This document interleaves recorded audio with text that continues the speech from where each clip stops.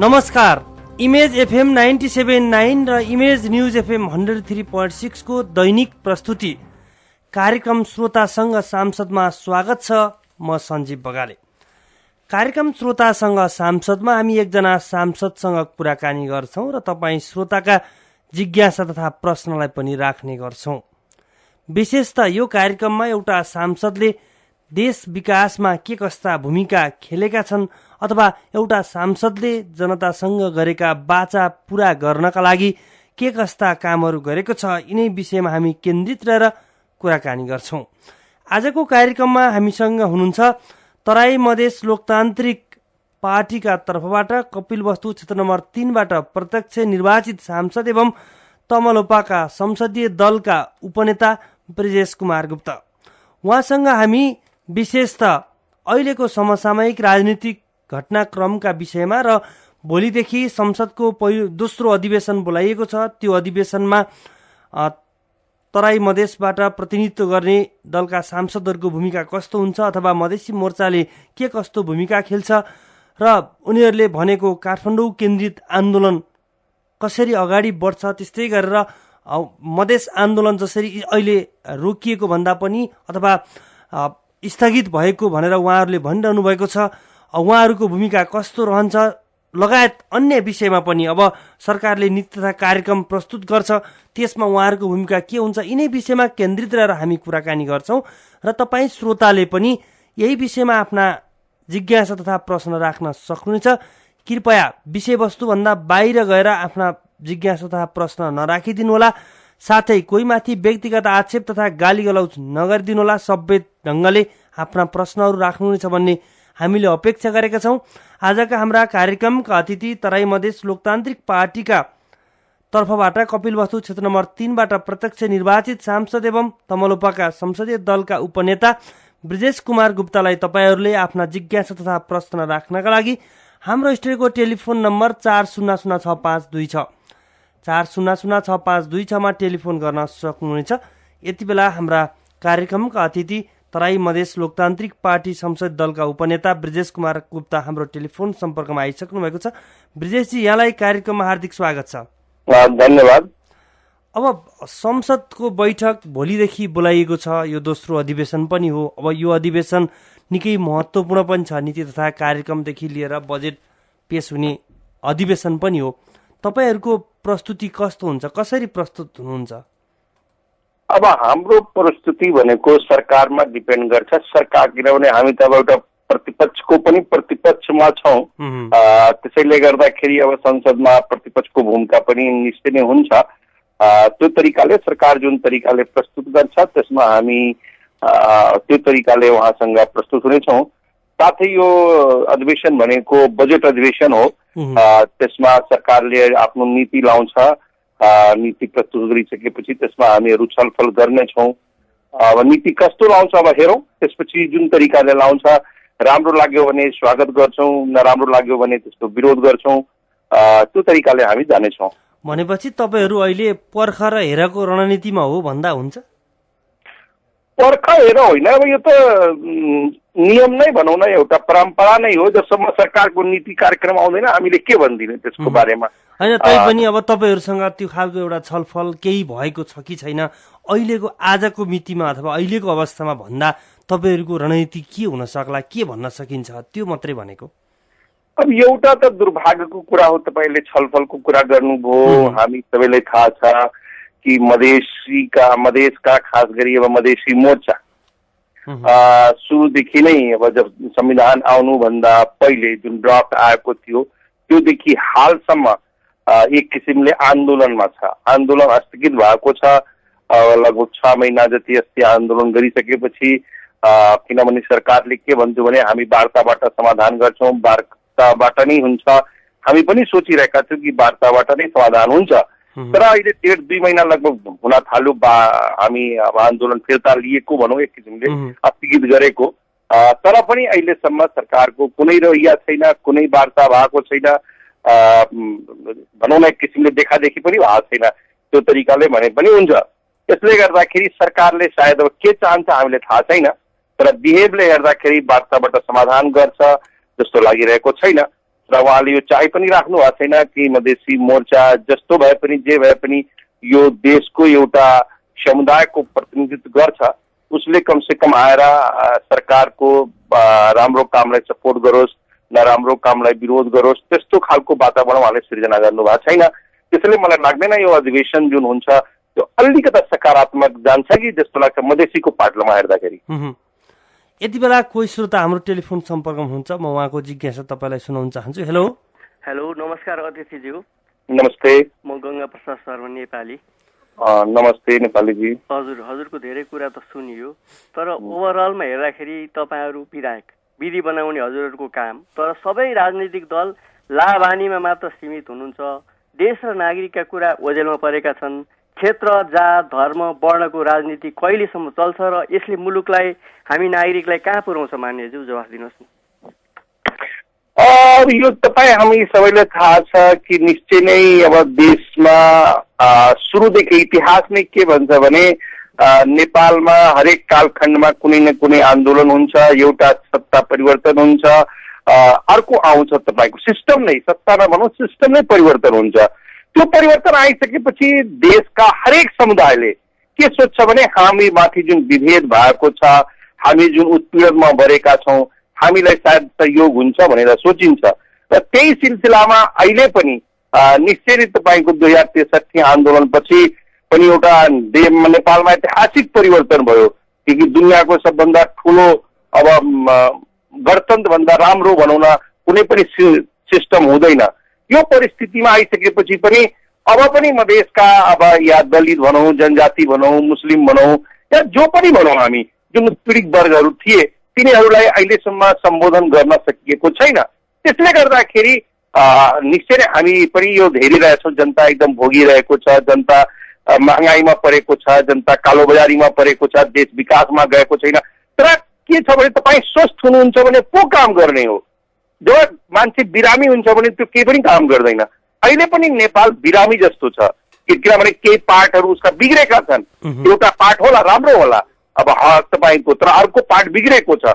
जबसम्म सबै पार्टहरू राम्रो हुँदैन तबसम्म राम्रो गतिले जान सक्दैन। त्यसले अहिलेको स्थिति हो भने डक्टरको काम हो के भने सबै पार्टलाई राम्रो गरेर अगाडि बढाउने। त्यो जबसम्म हुँदैन भने तपाईँ सोच्नुहुन्छ एउटा पार्टलाई बिरामीकै अवस्थामा राखेर अर्को पार्ट राम्रोसँग जान्छ भने त्यो सायद सम्भव छैन। त्यसैले अहिलेको अवस्था भनेको त्यही हो। यति बेला अर्का कोही श्रोता फेरि हाम्रो टेलिफोन सम्पर्कमा हुन्छ। हेलो हेलो, हजुर, म कमल सेन्चौडे। हजुर कमलजी, काठमाडौँको कपनदेखि। हजुर नमस्कार अतिथिज्यू। नमस्कार कमलजी। तपाईँहरूको अब जो मधेसका जायज माग छन् भनेदेखि हामी कुनै पनि प्रकारको नेपाली जनता कसर नराखिकन तपाईँहरूलाई हामी साथ सहयोग गर्न तयार छौँ। त्यहाँका पीडितको पक्षमै तपाईँहरूको चाहिँ मुद्दा हो भनेदेखि, त्यहाँका दलितकै पक्षमा, त्यहाँका जनजातिकै पक्षमा हो भनेदेखि यहाँ काठमाडौँ केन्द्रित आन्दोलनमा हामी सहभागी हुन पनि तयार छौँ होइन। तर तपाईँहरूको व्यक्तिगत स्वार्थका लागि एक मधेस एक प्रदेशका लागि नेपाली जनता तयार छैनन्। तपाईँहरू भन्नुहुन्छ आधी जनसङ्ख्या चाहिँ तराईमा छ नेपालको भन्नुहुन्छ, तपाईँहरू फेरि एक मधेस एक प्रदेश खोज्नुहुन्छ। त्यसो हो भने त हिमाल र पहाड तराई तीनटा मात्रै प्रदेश गर्दा पनि के फरक पर्यो? अथवा तराईलाई दुईटा प्रदेश, पहाडलाई त अथवा त्यो भन्दा जनसङ्ख्या कम्ती छ, त्यो हिमालमा जनसङ्ख्या कम्ती छ, त्यो आधारमा चाहिँ पहाड र मधेस, पहाड र हिमालमा एक एकवटा प्रदेश, तराईमा दुईटा प्रदेश गरिदिँदा के फरक होला? तपाईँहरूको आन्दोलन कहिलेदेखि चाहिँ यहाँ सुरु हुन्छ? हामी तयार छौँ तपाईँहरूको जायज मागको लागि हामी पनि समर्थन गर्न। तपाईँ के भन्नुहुन्छ? धन्यवाद तपाईँले जुन क्वेसन राख्नुभयो। ल, तपाईँकै कुरामा यदि सरकार सहमत हुन्छ भने हामी तयार छौँ। तपाईँ भन्नुहुन्छ हामी काठमाडौँ केन्द्रित तपाईँको आन्दोलनमा साथ दिन्छौँ, तपाईँ आउनुहोस्। तपाईँले सरकारलाई के भन्नुहोस् भने मधेसमा दुईटा प्रदेश, एउटा पहाड एउटा हिमाल गरिदिनुहोस्। हामी त्यसमा तपाईँहरूकै भाषामा हामी सहमत गर्न तयार छौँ। अब यो आन्दोलनको स्वरूप कस्तो हुन्छ त? तपाईँहरूले कहिलेदेखि अब यसको कसरी अगाडि बढाउनुहुन्छ? हामी हेर्नुहोस्, हामी पहिले पनि त्यस्तो यो दुर्भाग्य हो नेपालको। के हो भने दुर्भाग्य हो कि कुनै पनि कुरा सिधा मान्छेले सुन्दैन। एउटा कहावत के हुन्छ भने सिधो औँलीले घी निस्क्दैन क्या, टेढो गर्नु हुँदैन, घी निस्दैन। त्यस्तै नेपालको पनि स्थिति यो दुर्भाग्य हो म भन्छु। जो पनि होस् सरकारमा त्यो म भन्न सक्दैन। यो नेपालको एउटा संस्कार बसिसकेको छ, यहाँको वातावरण दूषित भइसकेको छ कि सिधा मान्छेले कुरा गर्दाखेरि सुन्दैन, जबसम्म टेढो हुँदैन। त्यसै कारणले गर्दाखेरि हामी अस्तिको पनि आन्दोलन सुरुमा तपाईँलाई याद होला कि हामी जुन बेला संविधान आइरहेको थियो त्यो बेला हामीले सचेत गराएका थियौँ। जब जनताको बिचमा अरू जानुभएको थियो यस्तो यसमा त्रुटि छ, यो त्रुटि तपाईँहरू सच्याएर जानुहोस्, नत्र भने अप्ठ्यारो हुन्छ। र उहाँहरूले केही त्रुटिहरू सच्याउनु पनि भयो त्यो बेला। तर उहाँले जुन एउटा समग्र किनभने मधेसको आन्दोलन संहिताको लागि भएको थियो, हामी सबैले थाहा छ। ६२ आन्दोलनमा 52 जना शहीद भएका थिए। हामी जनआन्दोलन गरेका थियौँ, त्यो बेला 19 जना शहीद भएका थिए। गणतन्त्र लाउनको लागि, एउटा राजा फाल्नको लागि 19 जना शहीद भएका थिए। तर पछि यही राजाको केही अधिकारहरू तल दिनको लागि राजा यिनीहरू नै रहन्छन्, तर तल दिनको लागि संहितामा यिनीहरूले 52 जनालाई शहीद गरेका थिए। तर त्यो गरिसकेपछि त्यो अधुरो थियो। पहिलेको हाम्रो जुन जनआन्दोलन भयो त्यो तपाईँको उधारो थिएन, तर यो उधारो थियो। र पछि अहिले आएर हामी त्यसलाई कार्यान्वयन गर्नको लागि फेरि पनि 45-50 जना शहीद हुनु पर्यो तपाईँको, र अहिले पनि कार्यान्वयन भएको छैन तपाईँको। त्यसले गर्दाखेरि तपाईँलाई यो मैले किन याद दिलाएँ भने हामी पहिलेदेखि नै आन्दोलन गरेको, पछि गरेको होइन। र बाट भएर हामीले यो जनतालाई अप्ठ्यारो पर्ने गरी हामी जबकि त्यसमा पनि अप्ठ्यारो गरेको होइन। जब सरकारले टाउकोमा हानी हेरी गोली चलाउन थाल्यो, छातीमा गोली चलाउन थाल्यो, हामी बाध्य भएर सदरमुकामलाई छाडेर कहाँ जाने? उत्तरतिर जाँदाखेरि तपाईँ गोली चलाउनुहुन्छ। हामी बाध्य भएर तपाईँलाई सरकारले ढकेल्यो, हामी बर्डरसम्म पुग्यौँ। र त्यो बार्डरसम्म उहाँले पुर्याइसकेपछि बल्ल हामीले थाहा पायो यो त बार्डरलाई त हामीले राम्रो भइदियो। बर्डरमा गएपछि न मान्छे मर्यो, सरकार आफै परेशान भयो र जनता पनि परेशान भए। त्यो भन्नुको तात्पर्य के हो भने सरकारले चाहेर त्यो गरिरहेको छ। हामी कहिले पनि जनतालाई अप्ठ्यारो परोस्, जनतालाई मर्कामा परोस्, किनभने जनताकै नै राजनीति हुन्छ। जनता रहेन भने केही पनि राजनीति हुँदैन। त्यसै गर्दाखेरि जनतालाई अप्ठ्यारो गर्ने काम हामी कहिले पनि गर्दैनौँ, अहिले पनि हामी गर्दैनौँ। यदि सरकारले कुनै तरिकाले त्यस्तो बाध्यात्मक स्थिति सृजना गरेन भने हामी जनतालाई अप्ठ्यारो गर्ने गरी आन्दोलन गर्दैनौँ। सरकारले अप्ठ्यारो गरे भने हामी आन्दोलन गर्छौँ।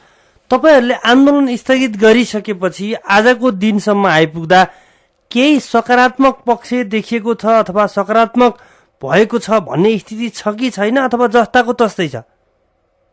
अब तपाईँहरू मिडिया साथी नै हुनुहुन्छ, सबैजनाबाट आइरहेको थियो सुरुदेखि नै कि होइन वार्ता गर्नुहोस्, आन्दोलन स्थगित गर्नुहोस्, वार्ता गर्नुहोस्, होइन वार्तामा आउनुहोस् भनेर भनिराख्नु भएको थियो। तर म अघि पनि भने तपाईँले कि 1.5 महिनाभन्दा धेरै भइसक्यो, अहिलेसम्म वार्ता भएको छैन।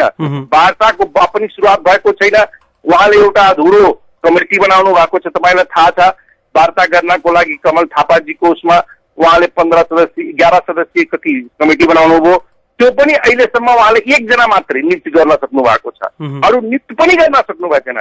यसले के हेरिन्छ भने जनता आफै बुझ्नुहोस् कि सरकार कति सकारात्मक छ वार्ता गर्नको लागि। वार्ताबाट समाधान खोज्छ कि खोज्दैन त्यो आफै सोचे पनि हुन्छ। तपाईँको शीर्ष तहमा कुनै खालको अनौपचारिक अथवा त्यस्तो केही छलफल भएको छ कि छैन, के जानकारी छ तपाईँलाई? जस्तो तपाईँको पार्टीको अध्यक्षका बीचमा अथवा प्रधानमन्त्रीका बीचमा, अन्य पार्टीका शीर्ष नेताहरूका बीचमा औपचारिक रूपमा नभए पनि केही त्यस्तो खालको अनौपचारिक कुनै वार्ताका प्रयासहरू केही भएकै छैनन्, अथवा ती भएका छन् त्यो औपचारिक स्तरमा पाएको छैन, के हो?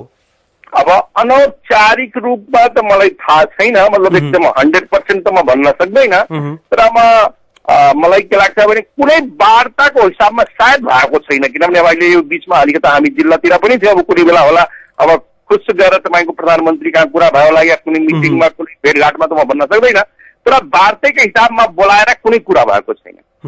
यति बेला अर्का कोही श्रोता फेरि हाम्रो टेलिफोन सम्पर्कमा हुनुहुन्छ, म उहाँको जिज्ञासा तपाईँलाई सुनाउन चाहन्छु। हेलो। हेलो हजुर। हजुर म राजेश यादव बोलेको उदयपुरबाट। हजुर राजेशजी।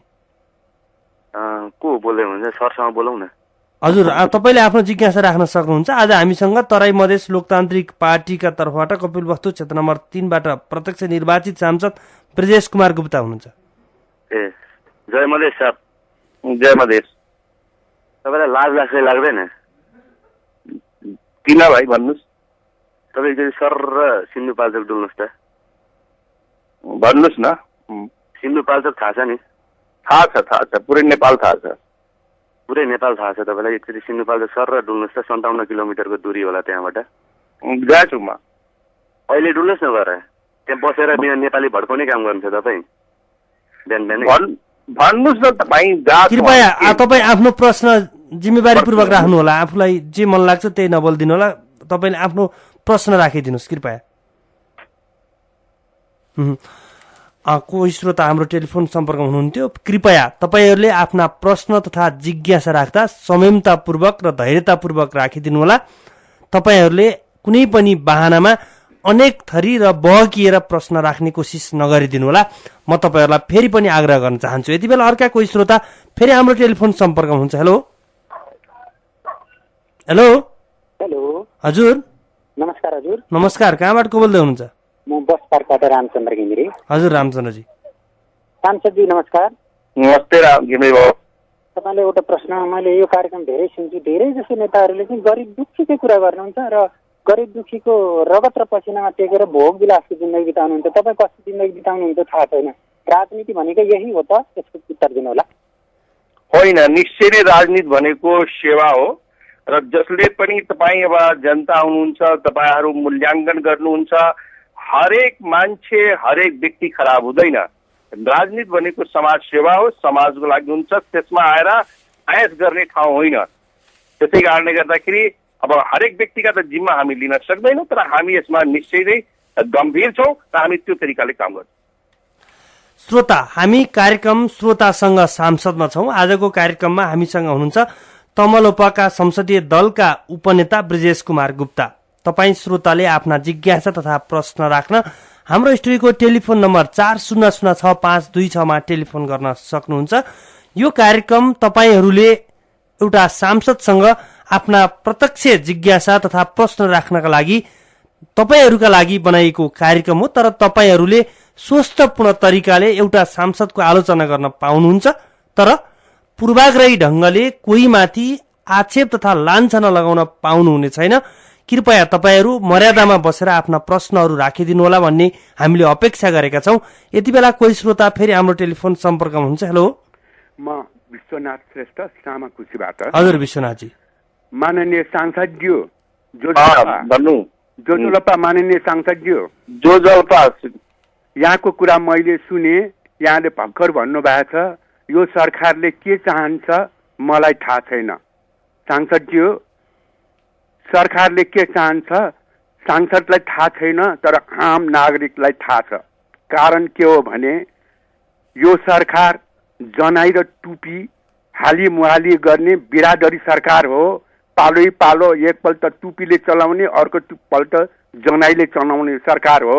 यो सरकारको अभियान विगतको इतिहास राजनीति हेऱ्यो भने दरबार खाली गर्ने, नारायण हिटी दरबार खाली गर्ने अभियान हो।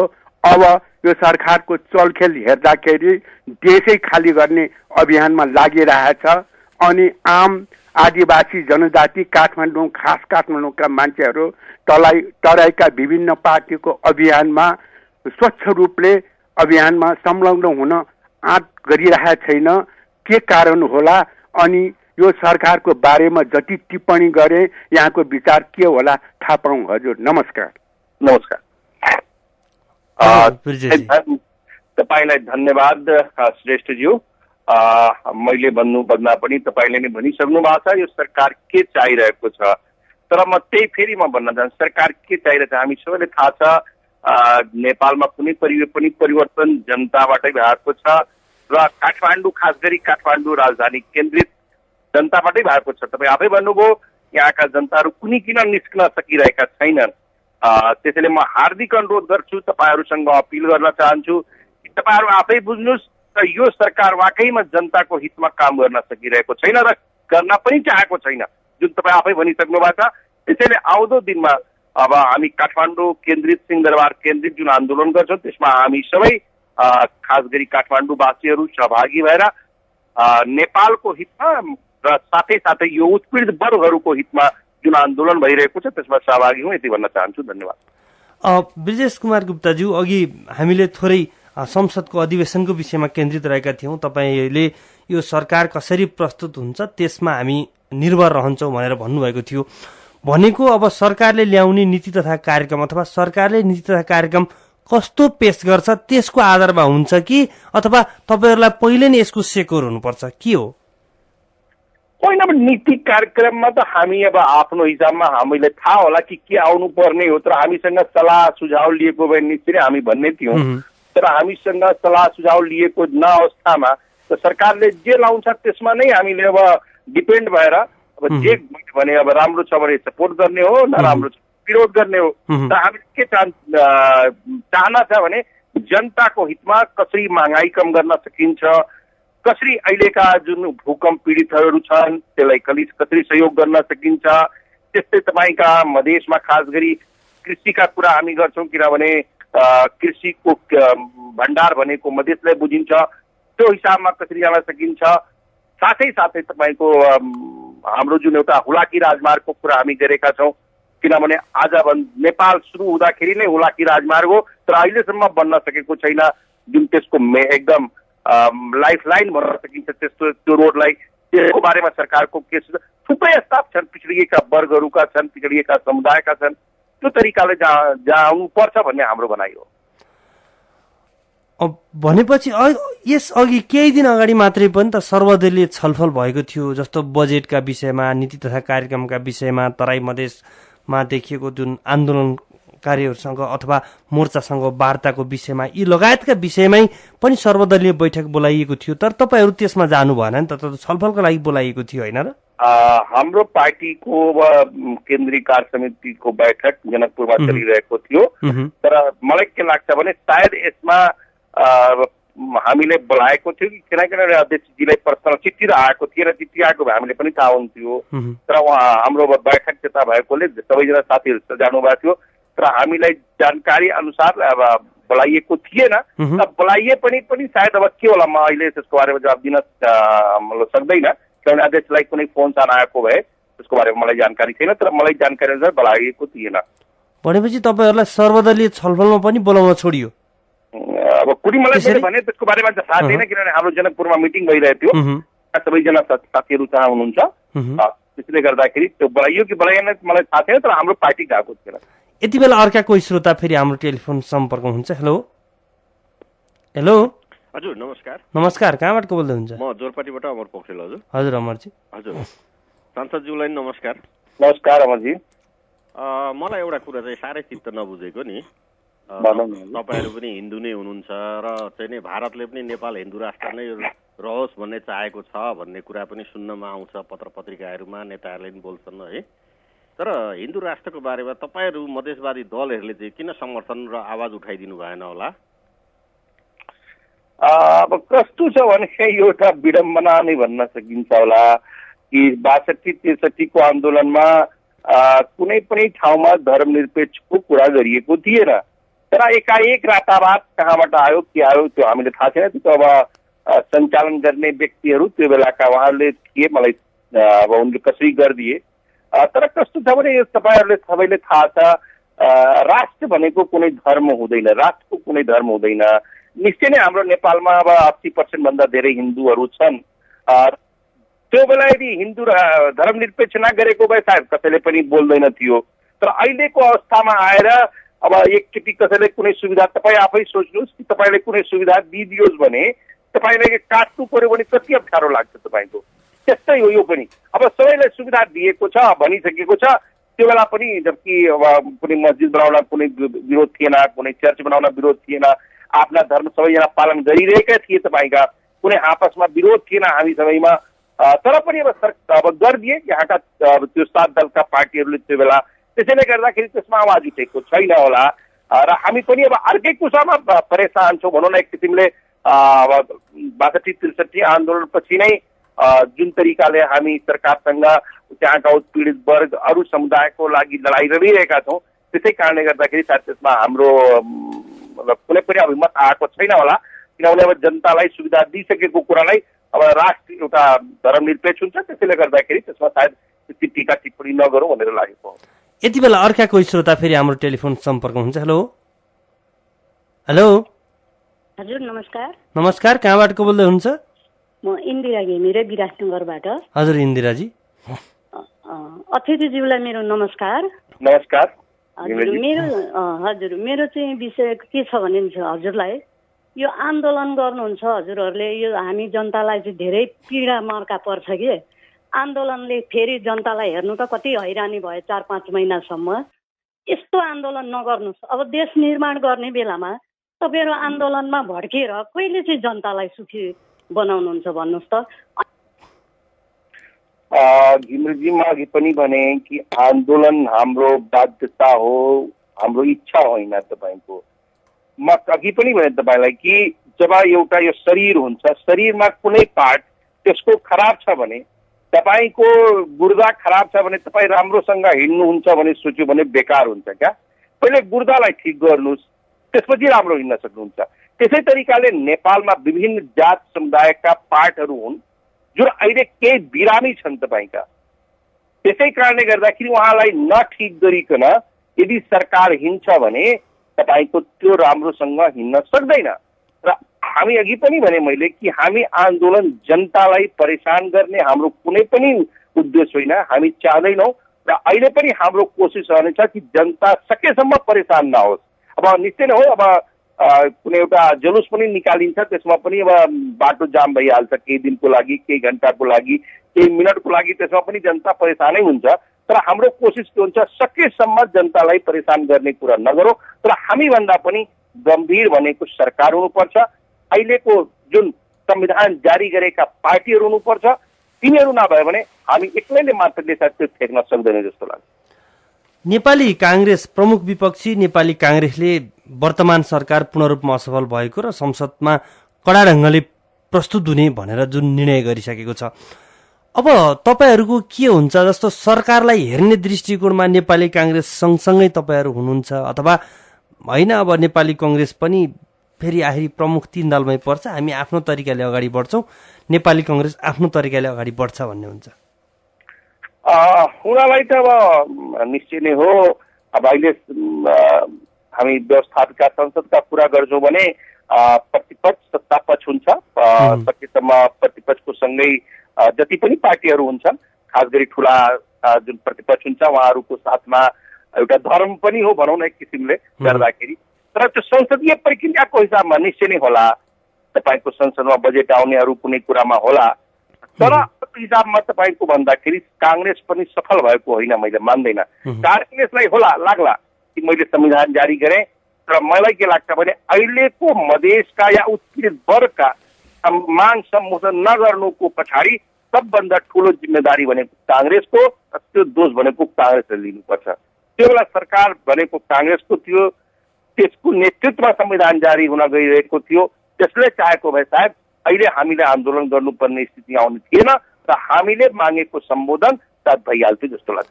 जस्तो पुनर्निर्माण, अब मधेसी दलसँगको वार्ता, मधेसवादी दलहरूसँग मधेसी मोर्चासँगको वार्ता, संविधान कार्यान्वयन लगायतका विषयमा सरकारले चित्तबुझ्दो जवाफ नदिएसम्म पूर्व बजेट छलफल र नीति तथा कार्यक्रम पेश गर्न नदिने भनेर काङ्ग्रेसले चेतावनी समेत दिएको छ। अब यो बेलामा चाहिँ तपाईँहरू कहाँ हुनुहुन्छ त? अब यो त कति हास्यास्पद कुरा हो क्या। आफ्नो हातमा डाडु थियो त्यो बेला नदिने, अर्को हातमा गइसकेपछि अब यस्तो यस्तो गर्ने भनेर क्या। अब काङ्ग्रेस जुन बेला आफ्नै थियो त्यो बेला गर्न सकेन, मधेसका माग त्यो हास्यास्पद लाग्छ। तर पनि केही छ, उसले मैले भने हामी प्रतिपक्षमा छौँ, हाम्रो मागमा उसले सपोर्ट गर्छ भने हामी त्यसको साथमा दिन्छौँ। भनेको अब यो सरकारका विरुद्धमा जे जस्ता घटनाहरू अथवा जे जस्ता कामहरू काङ्ग्रेसले गर्छ त्यति बेला तपाईँहरू पनि सँगसँगै हुनुहुन्छ? होइन, उसले होइन, हाम्रो हित। मैले भने मधेस हाम्रा जुन मागको बारेमा यदि उसले हामीसँग सहयोग गरेर या हामीसँग छलफल गरेर जान्छ भने अब आफ्नो मागको लागि त निश्चय नै सपोर्ट गर्नु। उसले मेरो मागको लागि यदि विरोध गर्छ भने हामी त्यसलाई विरोध नगरे अर्को सरकारलाई सपोर्ट गर्यो भने त्यो त हुन सक्दैन नि तपाईँको। तर काङ्ग्रेसले जे चाह्यो त्यसैमा हामी सपोर्ट गर्छौँ त्यस्तो होइन तपाईँको। तर अब यो पुनर्निर्माण लगायतका विषयमा अहिले जुन सरकारले जुन जसरी गति लिइरहेको छ अथवा जुन रूपमा काम गर्नुपर्ने हो त्यो काम भइरहेको छैन, यो बारेमा तपाईँहरू के भन्नुहुन्छ? तपाईँहरूको मूल्याङ्कन के छ? अहिले भूकम्प पीडितहरूप्रति सरकारले देखाइरहेको जुन उदासीनता छ त्यसमा? निश्चय नै त हामी सबैले भन्नुपर्ने भन्दा पनि तपाईँ सबैले हेरिराख्नु भएको छ, हामी भनि पनि रहेका छौँ। सरकारले जुन जोस जाँगरका साथ जानुपर्ने स्थिति थियो त्यो भएन। 1 साल भइसक्यो, सरकारले एउटा मान्छेलाई 2 लाख 3 लाख रुपियाँ दिने कुरा तपाईँको दिन सकेको छैन। अहिलेसम्म उनीहरूको घर बनाउन सकेका छैनन्, जबकि सरकारसँग अरबौं रुपियाँ आइसकेको छ। यो परिस्थितिमा त अब लाज लाग्दो स्थिति हो कि जबकि सरकारसँग सबै संयन्त्र छ, हरेक ठाउँमा सरकारको निकाय छ, गाविस छ, सचिव छ, हरेक मतलब जुन पनि निकायको आवश्यकता गर्नुपर्ने हो।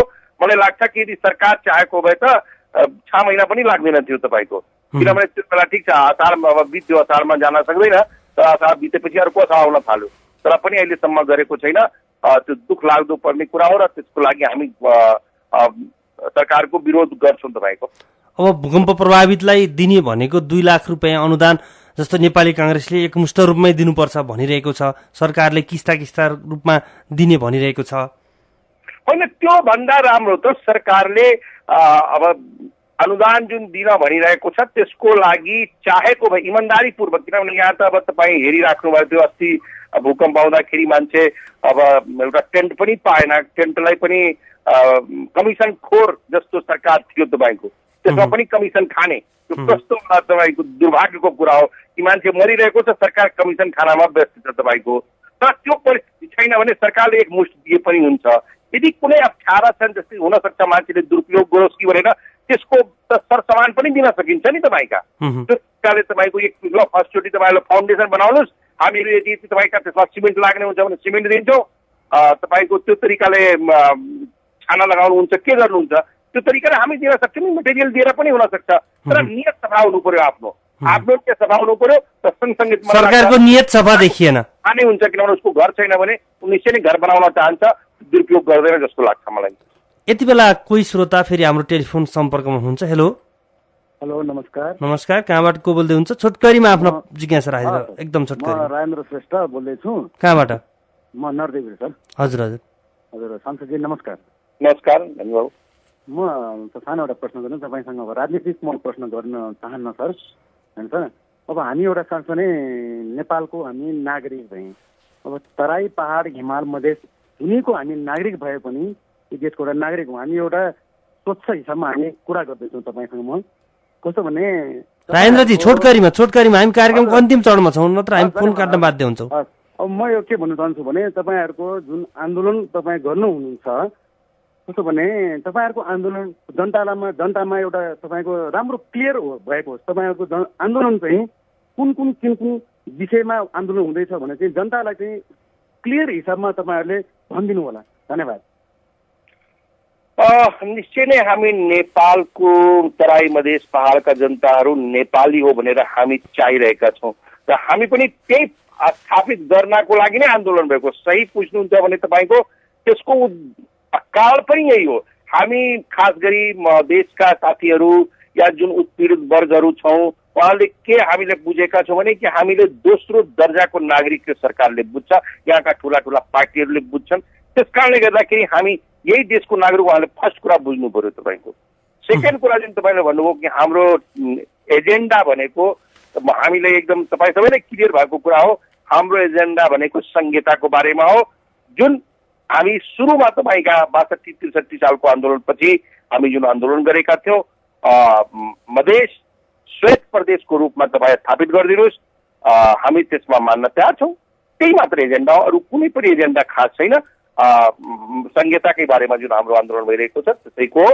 त्यो पनि म फेरि क्लियर गर्न चाहन्छु, हाम्रो तराई मधेसका पार्टलाई श्वेत गरिदिनुहोस्, तपाईँका स्वशासन हुने गरी। तपाईँको अहिलेको तरिकाले जुन जाल गरेर तपाईँका 7वटा प्रदेशमा खास गरी 6वटा प्रदेशमा फेरि शासककै बाहुल्यता रहन्छ, त्यो तरिकाले जुन उहाँले संरचना बनाइदिनु भएको छ त्यो हामीले मान्ने छैन।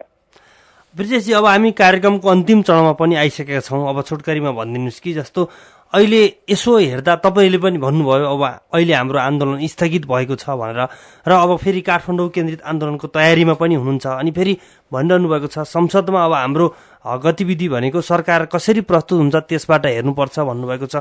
भनेपछि अबको तपाईँहरू अब आन्दोलन हुनसक्छ अथवा शान्तिपूर्ण वार्ताका माध्यमबाट हुन सक्छन्। यी समस्या समाधानका लागि तपाईँहरूको रणनीति के हुन्छ? अब हाम्रो रणनीति भनेको एकदम क्लियर छ तपाईँलाई कि हामी पनि थाहा छ कि वार्ताबाट नै समाधान हुन्छ। त्यसले हामी के चाहन्छौँ भने सरकार गम्भीर भएर इमानदारीपूर्वक वार्तामा आओस् र वार्तामा आएर समाधान गरोस्। यो आन्दोलन गर्ने कुनै औचित्य छैन। त्यसलाई हामी समाप्त पारौँ र हामी देश विकासमा लागौँ, हामी पनि चाहन्छौँ। तर अहिलेसम्मको हेर्दा त्यो देखिँदैन। त्यो देख्दैन तपाईँको सरकारले अहिलेसम्म। अब भनौँ न संसद आइसक्यो, अब हामी त काठमाडौँ केन्द्रित गर्छौँ या हामी सुरुदेखि नै भनेछौँ सडक सदन दुवैमा हामी आन्दोलन गर्छौँ। अब हामी सदनमा गएर आन्दोलन गर्ने थाल्यो भने त्यहाँ तपाईँको के हो? एक पुरानै रवैया फेरि हुन्छ। हामी कराउँदै गर्छौँ, सरकार पास गर्दै गर्छ। त्यो त राम्रो वातावरण भएन नि तपाईँको। त्यसले सरकारले राम्रो वातावरण बनाइदिनु पर्यो। वार्ताको मार्फत हामी सबैले थाहा छ नेपाल होइन दुनियाँमा कुनै पनि आन्दोलन वार्ताबाट समाधान भएको छ। त्यस कारणले गर्दाखेरि इमान्दारीपूर्वक भएर हामी पनि आउँ, उहाँहरू पनि आउँ, टेबलमा बसेर समाधान गरौँ। योभन्दा राम्रो विकल्प कुनै पनि छैन। यदि गरेनन् भने हामी निश्चय नै अबको आन्दोलन हामी खास गरी जनतालाई मर्का नपर्ने गरी हामी आन्दोलन केन्द्रित गर्छौँ। तर बाध्य भयो भने फेरि सरकारले हामीलाई बाध्य गर्यो, कुनै त्यस्तो सृजना भयो भने त्यो अब जुन बेला हुन्छ अहिलेदेखि किन गरौँ। र अहिलेसम्म हाम्रो सोच के छ भने सरकारलाई अप्ठ्यारो पार्ने गरी हामी आन्दोलन गर्छौँ। भनेको तपाईँहरू अहिलेको अवस्थामा भनेको काठमाडौँ केन्द्रित मात्रै रहनुहुन्छ? होइन, काठमाडौँ केन्द्रित मात्रै छैन। अब जिल्लामा पनि तपाईँ हेरिराख्नु भएको छ। अस्ति तपाईँको हामी एउटा ज्ञापन दिएका थियौँ। अस्ति तपाईँको प्रत्येक कार्यालयमा हामी कालो झण्डा लगाएका थियौँ। कहिले तपाईँका त्यहाँका सानो आम सभाहरू छ, कोर सभाहरू छ। त्यसको मतलब यो होइन, तर जनतालाई अप्ठ्यारो नपरोस्। मैले अघि पनि भने अब आम पुरै मास निकाल्यो भने 1000-2000 मान्छे त अप्ठ्यारो त पर्छ। सरकारले पनि अप्ठ्यारो पर्यो। अब त्यसले रोक्नु पर्यो, त्यसलाई निषेधित क्षेत्र घोषणा गर्नु पर्यो। त्यस्तो परिस्थिति नआओस् भनेर हामी त्यो तरिकाले गइरहेका छौँ। हजुर, हाम्रो कार्यक्रमको निर्धारित समय पनि सकिसकेको छ। आफ्नो महत्त्वपूर्ण समय हामीलाई दिनुभयो। हाम्रा श्रोताका जिज्ञासा तथा प्रश्नलाई मेट्ने कोसिस गरिदिनु भयो। यहाँलाई धेरै धेरै धन्यवाद। तपाईँलाई पनि धेरै धेरै धन्यवाद। मेरा कुराहरू जनताको माझमा पुर्याइदिनु भयो र श्रोता साथीहरूले राम्रो क्वेसन गर्नुभयो, उहाँले जिज्ञासा राख्नुभयो, त्यसको लागि उहाँलाई धन्यवाद दिँदै जो श्रोता सुनिराख्नु भएको छ उहाँलाई पनि धन्यवाद दिँदै म बिदा चाहन्छु। धन्यवाद। श्रोता, आजको कार्यक्रममा हामीले तराई मधेस लोकतान्त्रिक पार्टीका तर्फबाट कपिलवस्तु क्षेत्र नम्बर 3बाट प्रत्यक्ष निर्वाचित सांसद ब्रजेश कुमार गुप्तसँग कुराकानी गर्यौं। विशेषतः अहिलेको राजनीतिक घटनाक्रम र संसदको बैठकमा तराई मधेसमा आन्दोलनरत दलहरू अथवा तराई मधेस केन्द्रित दलहरू कसरी प्रस्तुत हुन्छन्, हामीले यिनी विषयमा केन्द्रित रहेर कुराकानी गर्यौं। कार्यक्रमको निर्धारित समय सकिसकेको छ। प्राविधिक मित्र बुकेशलाई धन्यवाद भन्दै म सञ्जीव बिदा चाहन्छु। हामीलाई सुन्दै रहनुहोला। नमस्कार।